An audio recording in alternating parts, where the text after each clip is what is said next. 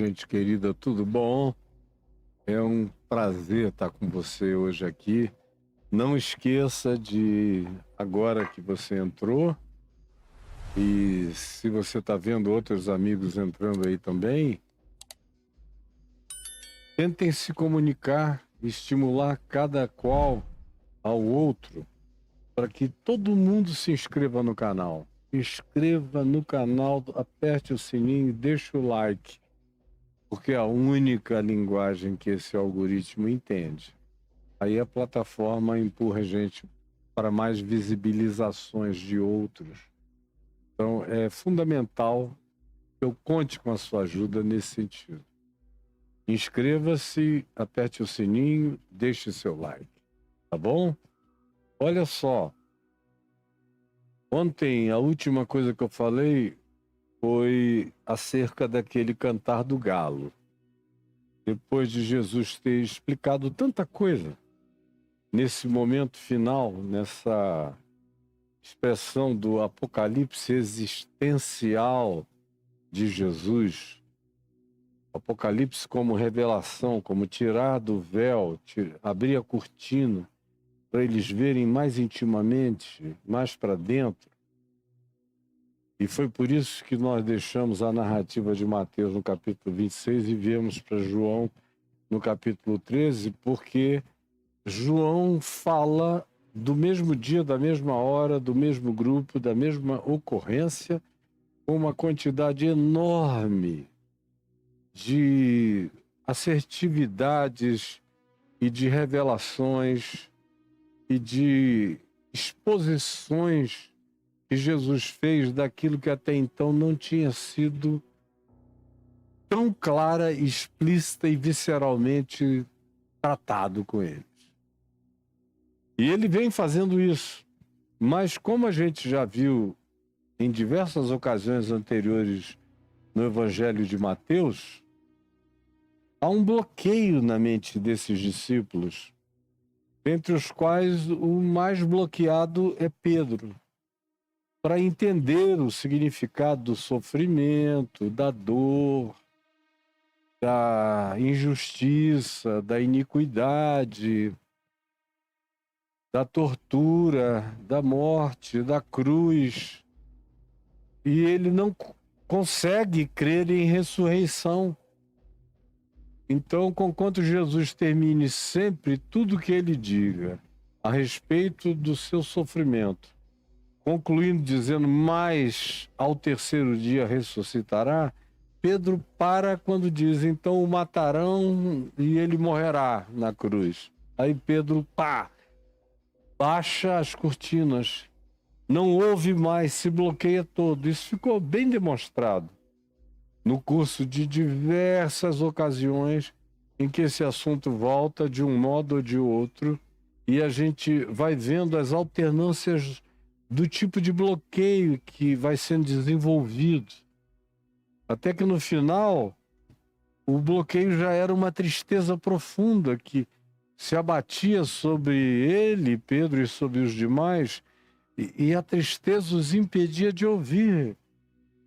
Quando você percebe que tem alguma coisa muito doída chegando, tem muita gente que entra num processo de evasividade permanente de qualquer que seja o anúncio da realidade ou a verdade da realidade. É o que está acontecendo com eles. E aqui, depois de Jesus ter falado tanta coisa íntima, que ele nunca tinha tratado antes, até mesmo da questão do traidor e de Judas, e eles perguntam e Jesus responde e dá um sinal. É aquele a quem eu entregar o bocado de pão molhado no vinho, e faz isso e entrega a Judas. E Judas sai. Eram coisas que, para quem estivesse com capacidade cognitivo-interpretativa e aberto para os sinais e as interpretações do significado do drama e do movimento humano, das ações humanas, todo mundo entenderia que tinha uma coisa muito grave acontecendo. E como eu disse ontem, eles já tinham sentido antes. Jesus já tinha falado e eles ficaram querendo saber quem era que trairia. Aí Jesus diz, mas o bloqueio está lá. Aí vem Pedro com aqueles argumentos, dizendo, escuta, mesmo que esse caminho que tu dizes que nenhum de nós vai poder te seguir e acompanhar agora, seja a morte, olha para mim, eu estou disposto a dar a minha vida por ti. E eu terminei falando ontem dessa loucura de discípulos, de cristãos, que acham que eles precisam defender Deus, precisam defender Jesus, que a igreja é a salvadora de Jesus nesse mundo, que sem igreja Deus está perdido, sem igreja Jesus está lascado, sem crente gritando, entrando, sendo chato, apurrinhando, invadindo, desrespeitando, sendo intolerante e metendo o peito, abruptuzadamente. Deus não tem como falar, não tem como se expressar, não tem como se revelar, não tem como se dar a conhecer. Jesus, o Jesus do cristianismo é absolutamente dependente do clero, dos líderes e do corpo coletivo chamado de igreja. Todas elas vestiram para si essa arrogância de Pedro, na ignorância dele. Eu dou a minha vida por ti. Não se preocupa, não. Eu banco, eu fico na frente, ninguém vai te tocar. E boa parte da loucura que a gente vê acontecendo no cristianismo, no mundo inteiro, decorre dessa síndrome de Pedro, de achar que você pode defender Deus. Tem alguém falando bobagem, aí você não se aguenta. Você tem que se levantar e daqui o presente, ninguém fala mal do meu Deus. Aí são esses apatetados que vão fazendo as coisas ficarem mais insuportáveis, mais horrorosas, porque são ignorantes, são burros, são totalmente nonsense, não tem nenhuma autopercepção, não se enxergam, não se ouvem e acham que a gente pode ser expressão da fidelidade ao reino de Deus através da falastrice, da gritaria e dessa pseudosadia que se manifesta assim entre crentes, dando testemunho, como a gente vê, é tudo igual. Mas na hora que o bicho pega, Jesus diz, olha, vai chegar uma hora em que o bicho vai pegar, e é logo, logo, que eu oro para que você pelo menos entenda o galo. Porque as minhas palavras você não entende. Eu estou dizendo que agora não. Nenhum de vocês pode ir e nem ficar no meu lugar. Eu vim a este mundo para isto e para cumprir essa finalidade. E sozinho e mais ninguém. Vai chegar uma hora em que aí sim vocês me seguirão na hora certa e passarão para onde eu vou. E eu acolho vocês. Acolherei.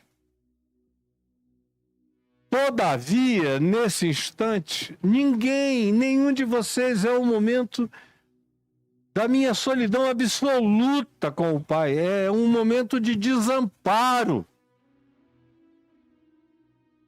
E o sentimento é de desamparo até de Deus.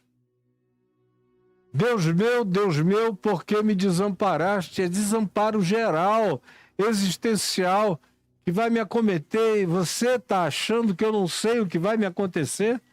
E que eu tenho alguma expectativa que apareça o Pedro de capa, com um P no peito, Super Pedro, para me salvar da cruz? Se enxerga, garoto. Em verdade eu te digo que tu darás minha vida por mim jamais. Na realidade, eu te digo que jamais cantará o galo daqui para frente, que tu ouças 3 vezes o canto do galo e que não esteja acontecendo exatamente no momento da tua negação, da tua mais profunda contradição, onde tu não só vais me negar, mas tu vais negar todo tipo de relação que tu possas ter tido, ou tenhas, ou queiras ter ainda comigo. Tu vais negar a essência da tua alma, até a tua própria identidade, até o teu próprio eu. Tu vais entrar em dissolvência. Tu não aguentas nada. E foi aí que paramos ontem, comigo dizendo que quando, depois de falar tudo, Jesus apresenta o galo, é porque a gente está numa situação que talvez só mesmo o canto do galo seja alguma coisa que a nossa idiotice capte como sinal de que a gente não aguenta muita coisa. E que nenhum de nós pode abrir mão de ser cuidado, protegido e de ter na intervenção de Deus o alívio e o socorro para as nossas muitas tribulações e tentações e angústias e pavores que podem nos acometer na vida e que frequentemente nos acometem a todos. Pelo menos, Pedro, lembra do galo quando acontecer. Aí Jesus prossegue no capítulo 14, no mesmo dia, na mesma hora, ato contínuo, mesma conversa, mesmo grupo. Só houve um silêncio rápido de reflexão.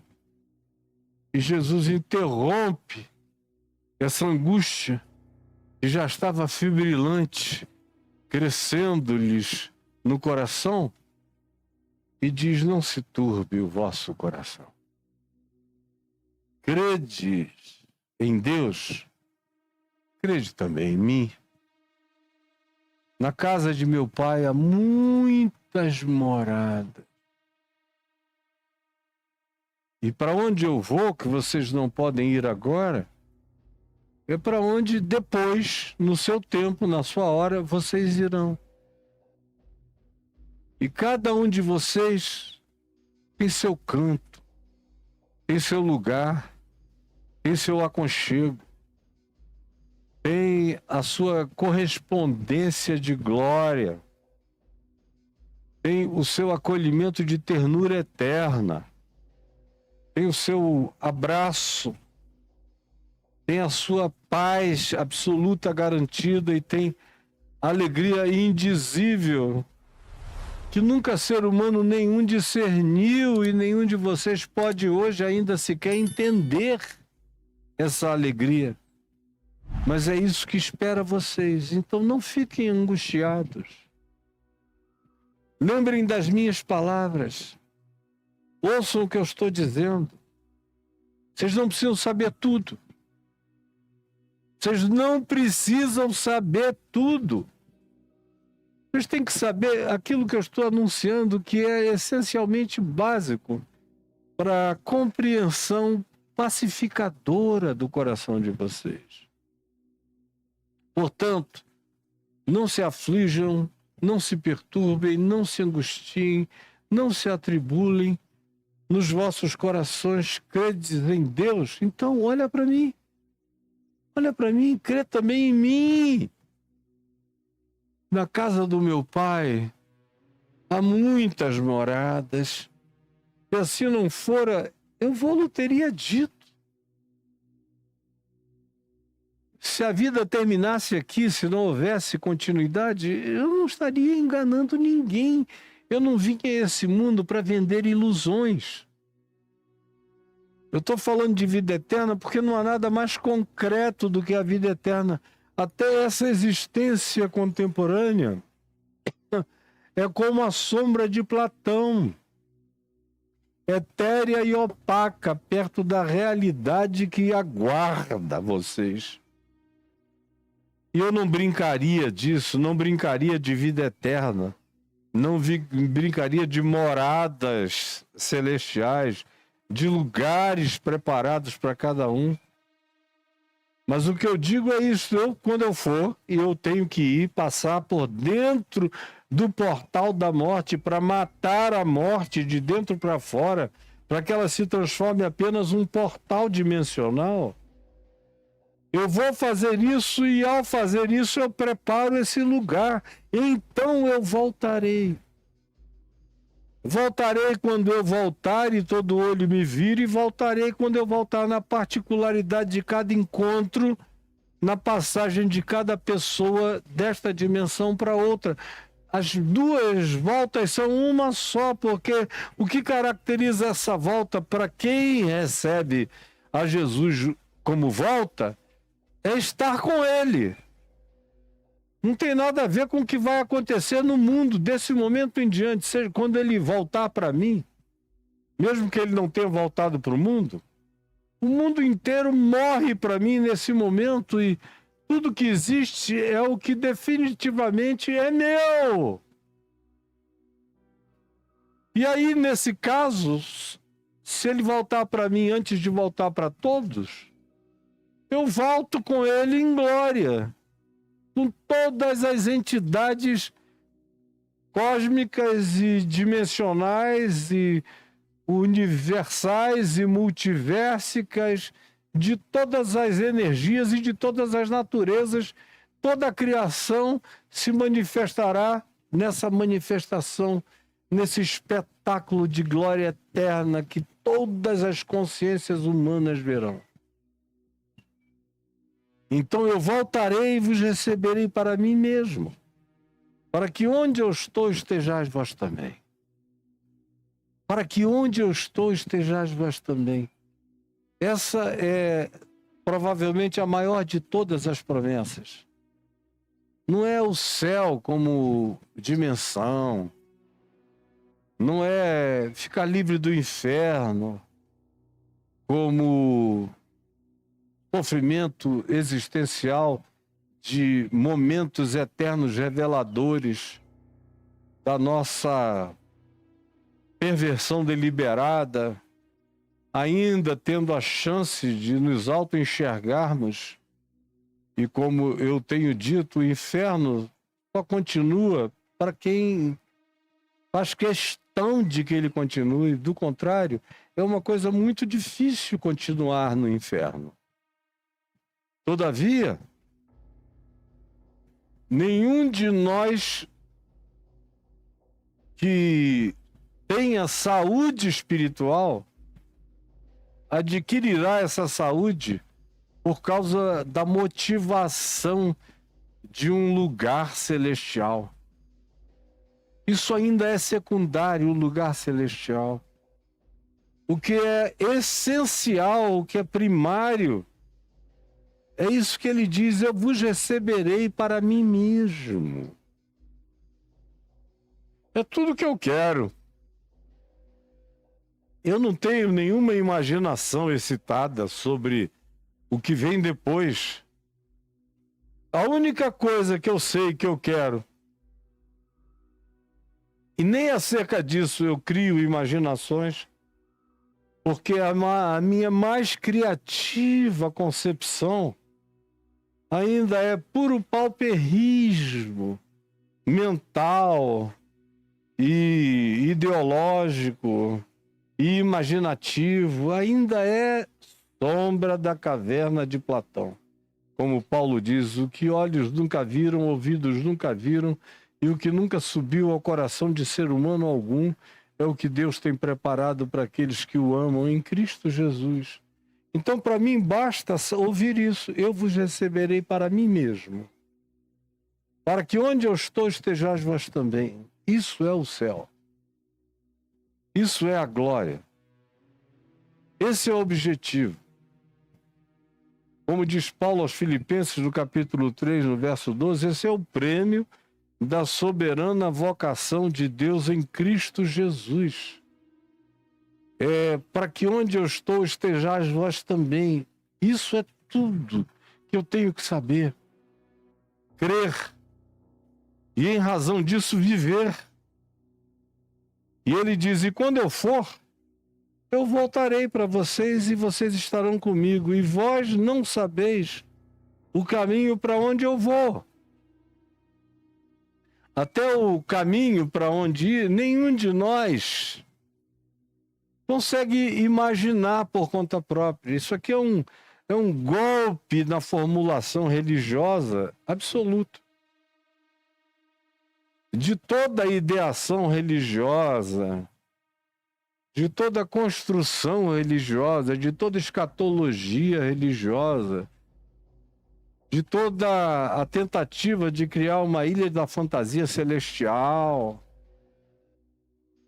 Vós não sabeis nem o caminho para chegar lá. Aí chega um e diz, olha, o caminho para chegar lá é fazer você morrer em vida e matar toda a sua pessoalidade, porque você sofre muito em razão do seu desejo, da sua cobiça, das suas ambições e das suas vaidades. É verdade. Aí o remédio tem que criar uma anulação absoluta de todo e qualquer desejo, prazer, vontade, que signifique exercício da sua pessoa.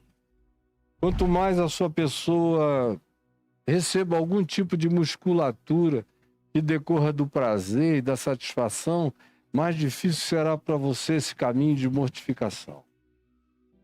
Aí vem outros e dizem, não, ninguém consegue o atingimento desse caminho numa vida só. A gente tem que ter múltiplas existências, uma sequência histórico linear enorme, de vai, morre e volta, vai, morre e volta, vai, morre e volta. Embora praticamente ninguém se lembre do que tinha feito aqui antes, nem do que tinha feito depois que saiu daqui, só lembra de novo de estar aqui. De vez em quando tem alguém que tem um déjà vu, ou déjà vu, o nome correto é déjà vu, e aí diz, não, é uma memória de uma vida passada. Tudo muito etéreo. Tem alguns poucos exemplos que por várias ciências eu consigo explicar todos eles. Mas é um caminho proposto que está aí. A maioria da humanidade acha que esse é o caminho. Esse ciclo quase interminável de volta, volta, volta, volta para aprender, para errar menos, até se aperfeiçoar e se transformando por conta própria em luz, pelas recorrências dos sofrimentos e das aprendizagens que podem durar a sequência inteira da história do significado da presença humana no planeta. Vós não sabeis o caminho para onde eu vou. De fato, não. Tem outros que chegam e acham que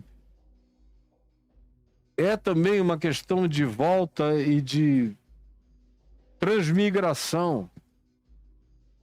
Aí eu posso partir daqui humano e voltar gafanhoto, ou voltar réptil, ou voltar anfíbio, ou voltar uma fera do campo, ou voltar um peixe dos mares, ou enfim.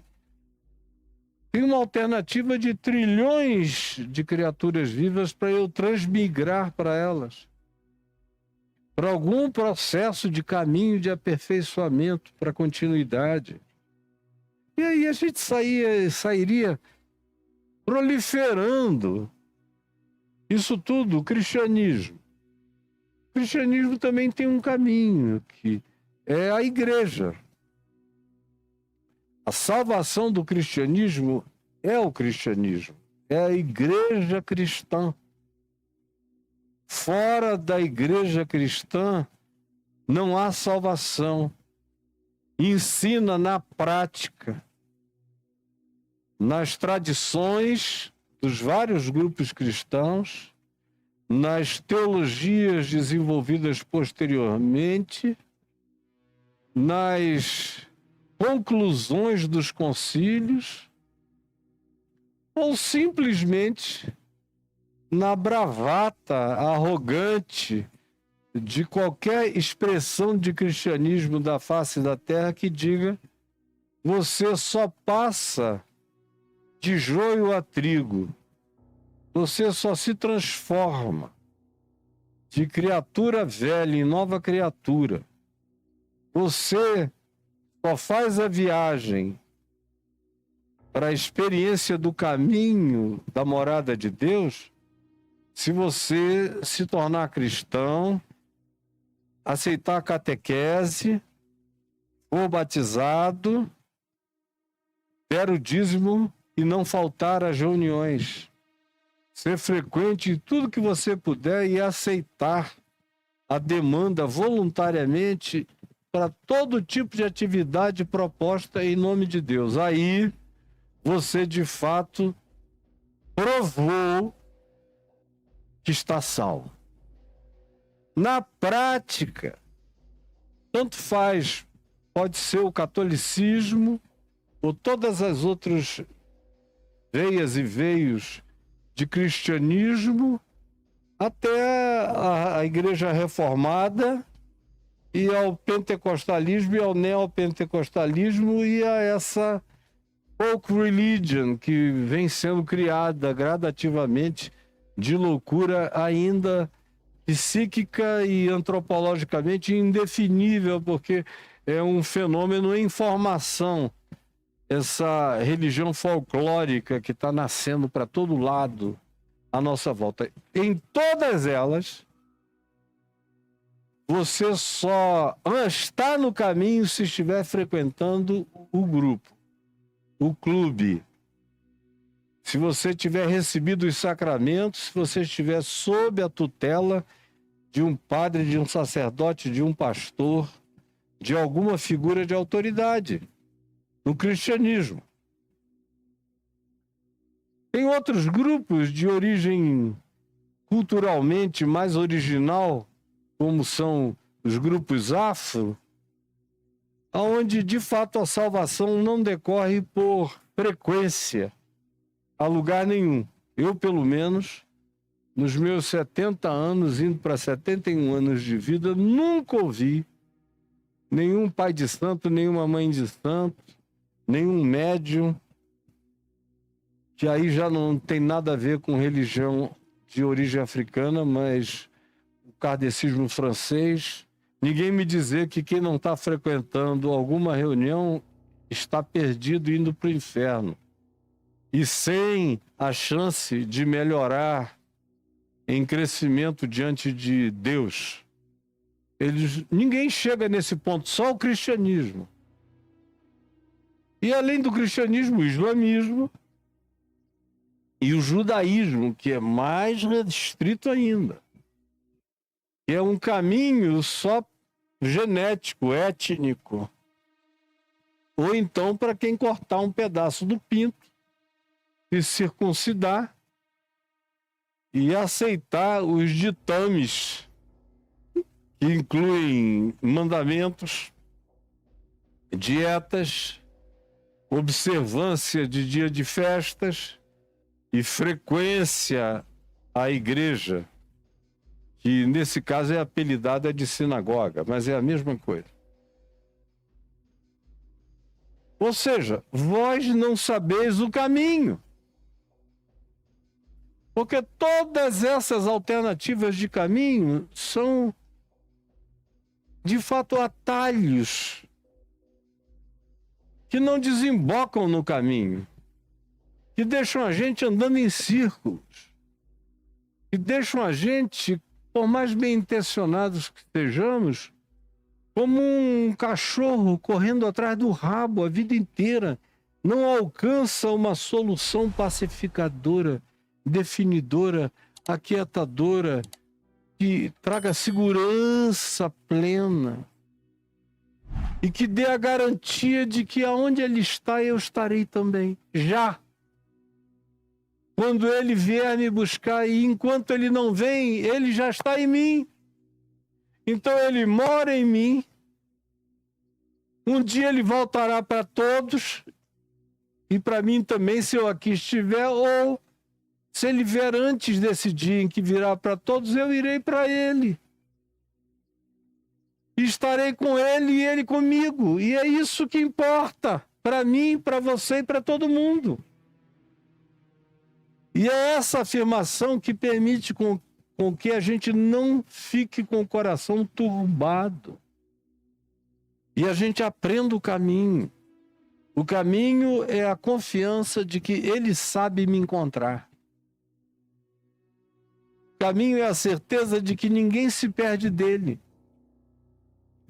O caminho é a garantia que ele deu, ninguém as arrancará da minha mão. Aqueles que o Pai me deu são meus e ninguém os arrebatará da minha mão. Não sou eu que garanto nada, é ele que garante tudo, que banca tudo.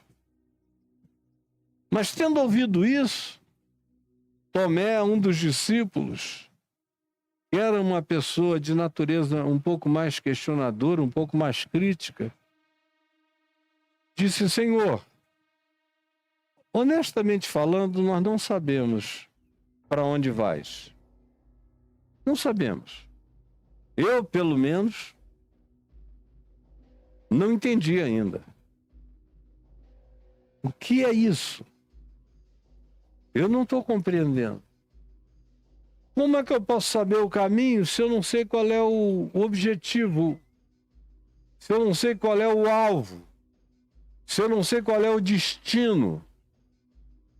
Se eu não sei qual é a morada?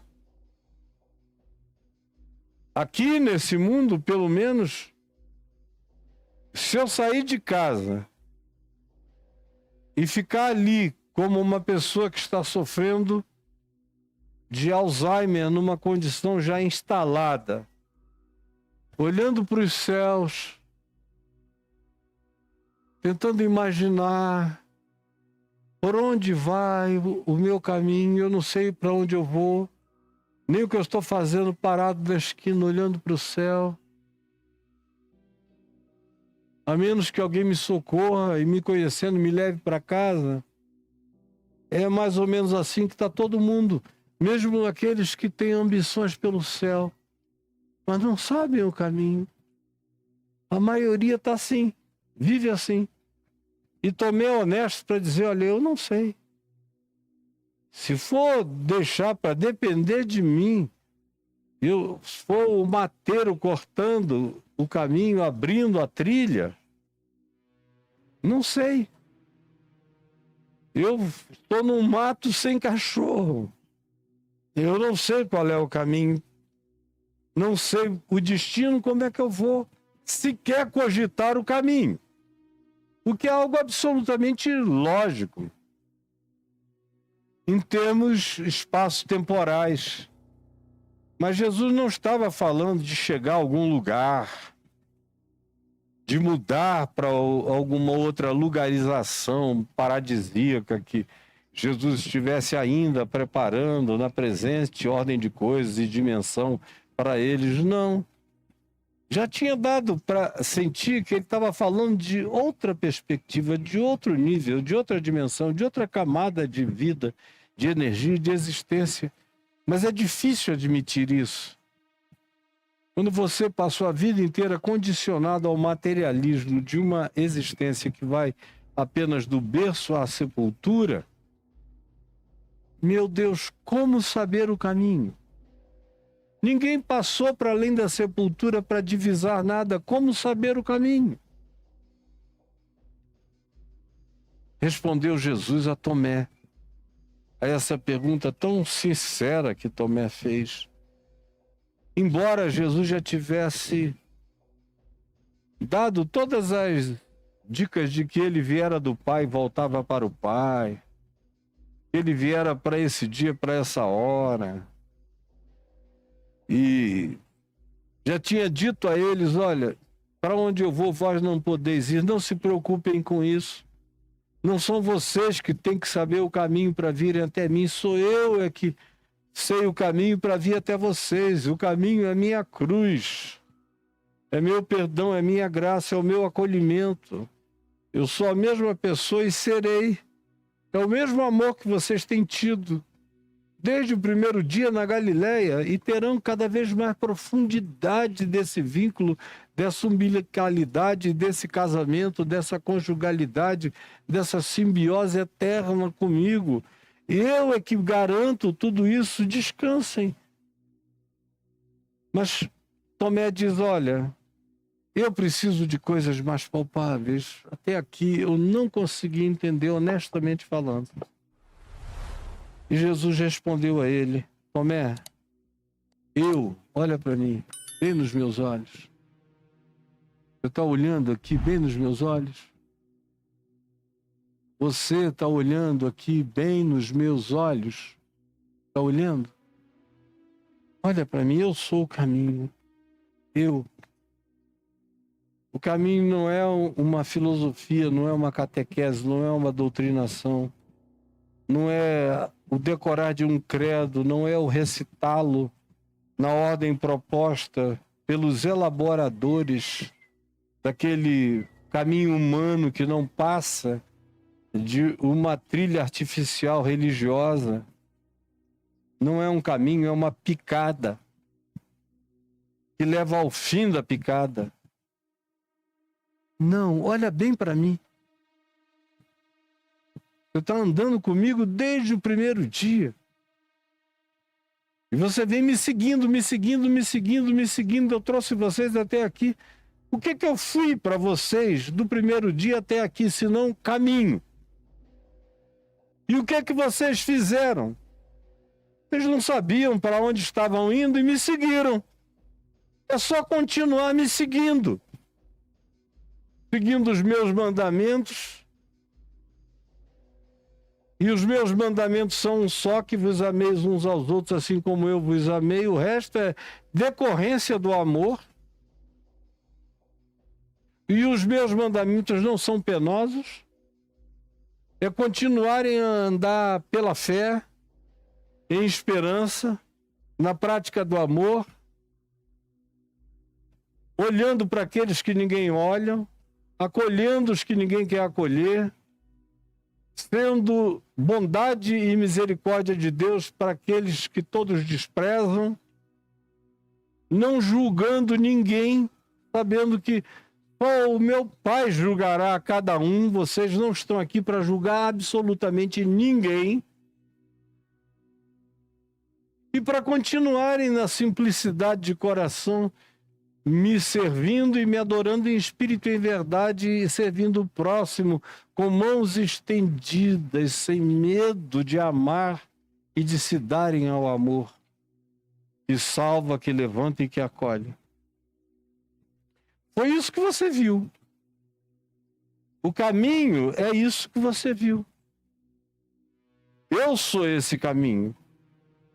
E não é nada novo para você. Faz 3 anos e meio que você vem andando. É só lembrar de onde você está vindo, de como você era e como você é agora e aonde você chegou. E veja que houve uma evolução e um desenvolvimento e uma mutação diária na vida de cada um de vocês. Quando é que há 4 anos atrás vocês imaginariam que a essa altura da vida vocês estariam aqui, teriam visto tudo que viram e aprendido tudo que aprenderam? Por que vocês viram, ouviram e aprenderam? É porque vocês estão seguindo no caminho. E andar no caminho é me seguir. Eu sou o caminho. E não é um caminho de especulações, eu sou a verdade. A chave hermenêutica interpretativa de todo conhecimento, de toda ciência, de toda a sabedoria, de todo o entendimento, de toda a graça de compreensão. Vem de mim, me sigam, me observem, enxerguem a vida com os meus olhos, interpretem o mundo, a natureza, o cosmos, a sociedade humana, as coisas boas e as coisas ruins com os meus olhos. E vocês vão andar sempre alinhados com a verdade. O caminho que eu sou desemboca na verdade que eu encarno.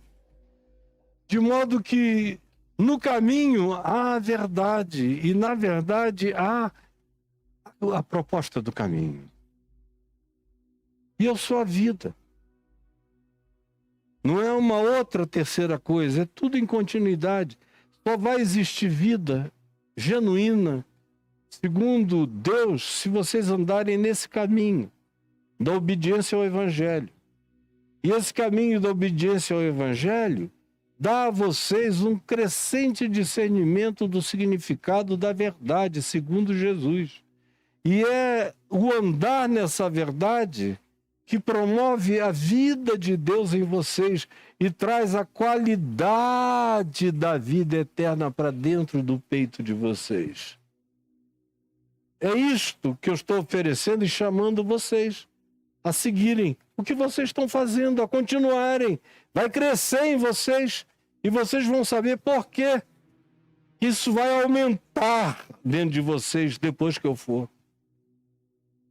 Entendendo uma coisa, que ninguém vem ao Pai senão por mim. E aí, outra vez, não tem nada a ver com cristianismo, não tem nada a ver com congregação, não tem nada a ver com o que a religião resolveu chamar de sacramentos, que é um culto ao sagrado. Então, sem o sagrado não há salvação, sem batismo não há salvação, porque sem sacramento não há salvação. Sem o batismo e mais a catequese, eu não tenho acesso à ceia, ou à missa, ou à hóstia, ou ao pão, ou ao vinho, ou o que quer que se deliberou fazer. Tudo isso é o sagrado, é o culto ao sagrado. É a salvação pelo sagrado dentro do clube santo. Que não é santo, é sagrado também. Jesus diz, ninguém vem ao Pai senão por mim. Não arranjem atalhos. Não desenvolvam teologias do encontro comigo. Porque vocês só vão confundir a sua alma e a alma do mundo inteiro. É tudo muito simples. É só me amarem que vocês já estão no caminho, na verdade e na vida. É só me amarem que vocês já estão em mim e eu já estou em vocês. Não tem nada além disso. Tudo que se acrescente a isto é mentira, é ilusão, é miragem, é artificialidade, é plástico, é condição humana. Se vós me tivesseis conhecido até agora, vocês têm uma miragem minha. Dentre vocês, quem melhor me conhece, Jesus diz, ainda não me conhece mesmo. Até agora não. Vocês ainda estão tomados por toda essa confusão, é porque não me conheceram ainda de verdade. Se vós me tivesseis conhecido, conhecerias também a meu Pai. Porque quem me vê a mim, vê o Pai. Se vós me tivesseis conhecido, se tivesseis entendido o Evangelho, o meu ensino, e desenvolvido a fé e a consciência, tudo que eu já ensinei, falei e demonstrei já deveria ser o suficiente para que todos vocês estivessem seguros, constantes, desamedrontados, absolutamente acima do pânico e da fobia da morte, ou de qualquer confusão. O que eu dei já era o bastante para vocês terem me percebido, me conhecido.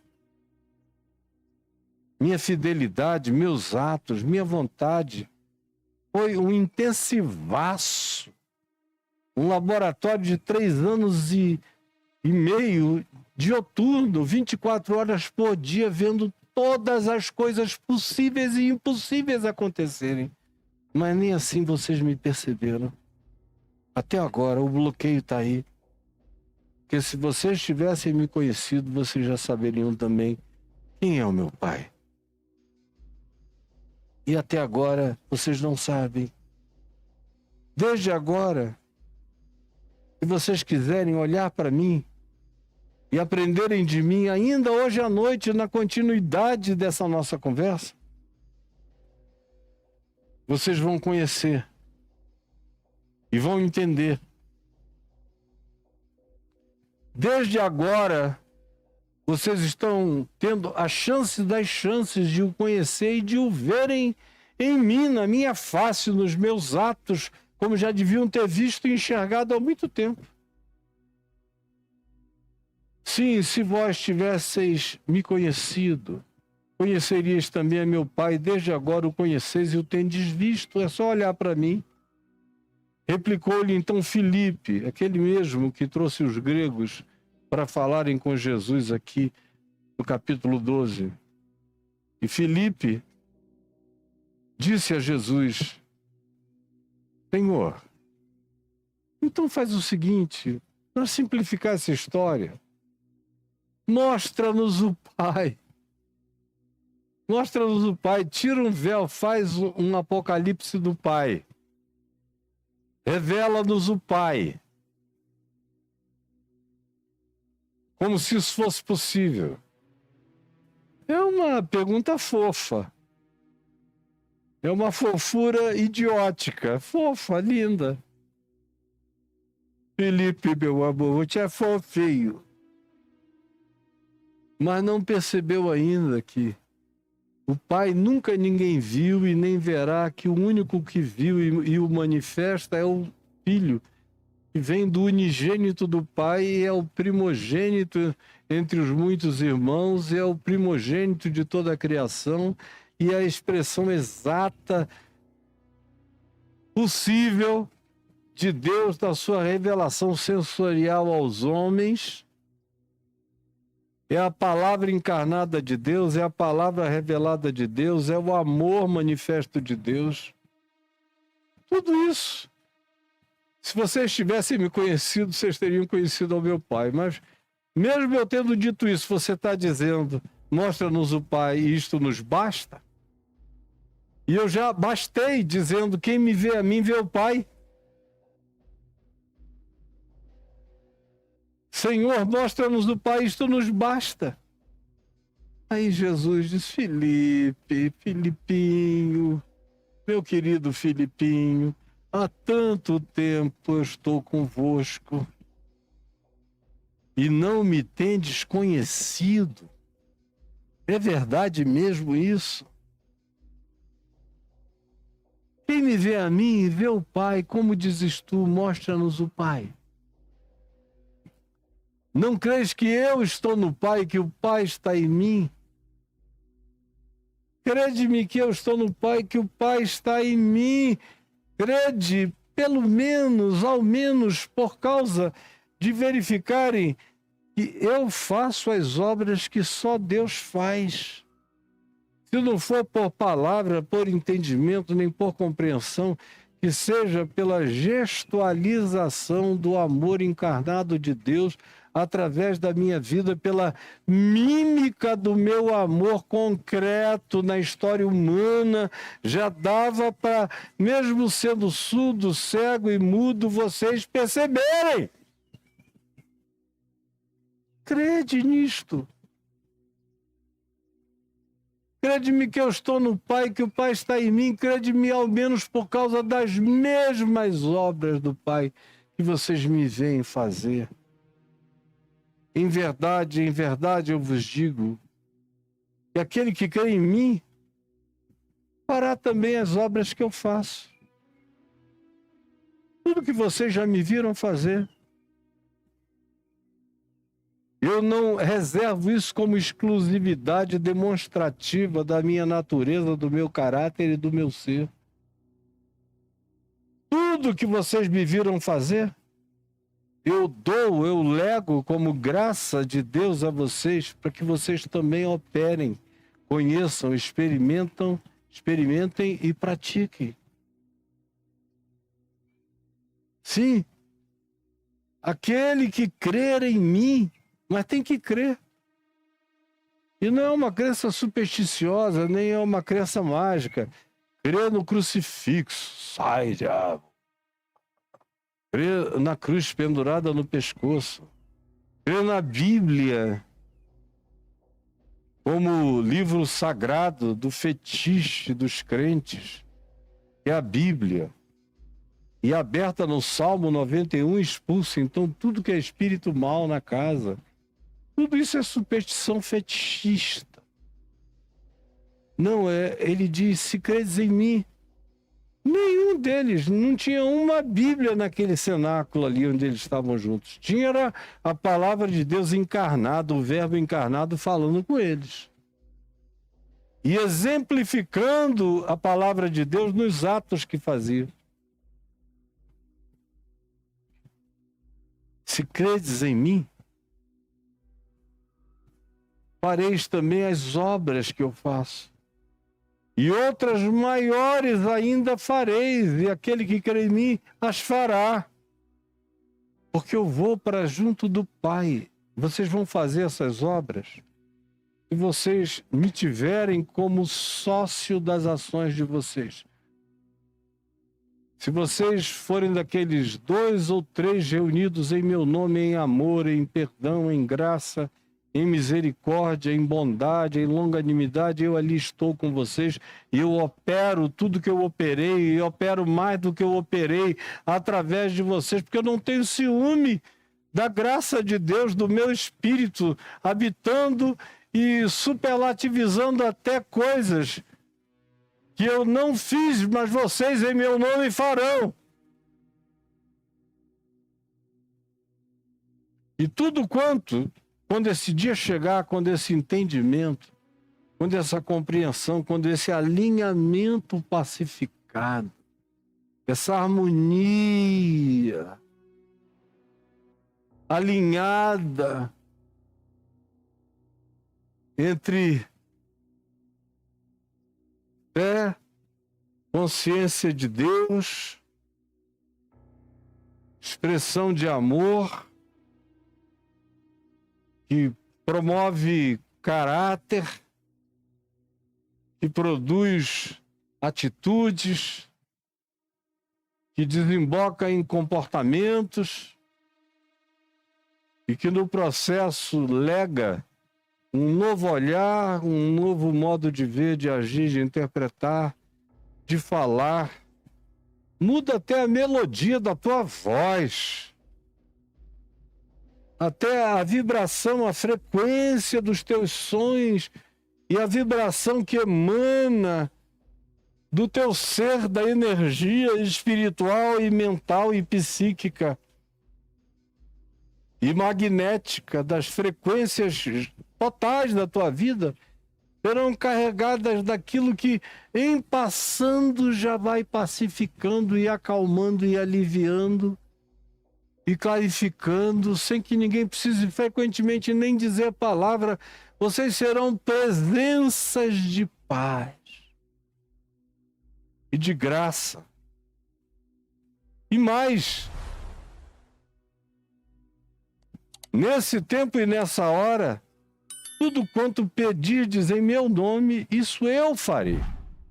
Eu mesmo. Vou continuar fazendo. Como quando vocês me pediram alguma coisa. Ou quando vocês clamaram por socorro. Ou quando vocês não me entenderam e pensaram que eu era um fantasma. Ou quando vocês, na loucura, quiseram me impedir até de ir para a cruz. O que aconteceu? Eu intervim e todas essas coisas vou continuar sendo o Deus que intervém na vida de vocês. E aí vocês vão ver que eu farei. O que vocês pedirem em meu nome, alinhados, e o meu nome não é um código JESUS, isso aí não significa nada, é a mesma coisa que José, que Caio, que João, que Joás. O nome em si não é nada. Não é o nome, é a fé, é a consciência, é a energia do vínculo, é a autoridade validada pela presença de Cristo me habitando. É o conhecimento alinhado em harmonia com Ele, praticado em fé. Esse é o nome de Jesus em ação. É a prática do mandamento na minha vida em fé, operando pelo amor. Esse é o nome de Jesus ao qual ele está fazendo referência. Não é um código de palavras nem de letras. Se me pedires alguma coisa em meu nome, eu farei. Agora, tem um resultado simples dessa demonstração. É que se vocês de fato me amam, isso tudo só vai fazer sentido. Só vai realizar esses objetivos. E só vai promover esses resultados divinos, celestiais, da invasão do reino de Deus na história humana, se vocês me amarem. E a única demonstração do amor que vocês têm por mim é se vocês guardarem o meu mandamento. E o meu mandamento não é guardem o sábado, fiquem o dia inteiro com a mão assim para o alto, ou façam um jejum de uma semana, ou uma novena de 3 meses, ou a campanha dos 384 mil, seja lá o que seja. Tudo isso é o sagrado, os seus fetiches, para serem apropriados e vendidos na ignorância. Não. Se vocês me amarem, só há uma maneira de manifestar esse amor. É guardando os meus mandamentos. E os meus mandamentos, o meu mandamento, é um só. E vos ameis uns aos outros. Então, a única maneira de vocês realmente mostrarem amor por mim na história humana é mostrando amor pelo próximo, qualquer próximo. Independente dele ser cristão, dele ser ateu, dele ser agnóstico, dele ser muçulmano, dele ser espírita, kardecista ou espiritualista, ou de qualquer outro culto, de qualquer outra cultura, ou de qualquer outra origem, ou se simplesmente eles não forem coisa nenhuma dessa linha e desse jaez, forem só humanos caminhantes na face da terra, ou apenas gente em estado de carência, de necessidade, e de abandono, e de orfandade na terra, sem acolhimento de nenhuma natureza. Se vocês amarem o próximo, que é qualquer outro que não seja vocês, é o próximo. Se vocês amarem qualquer outro que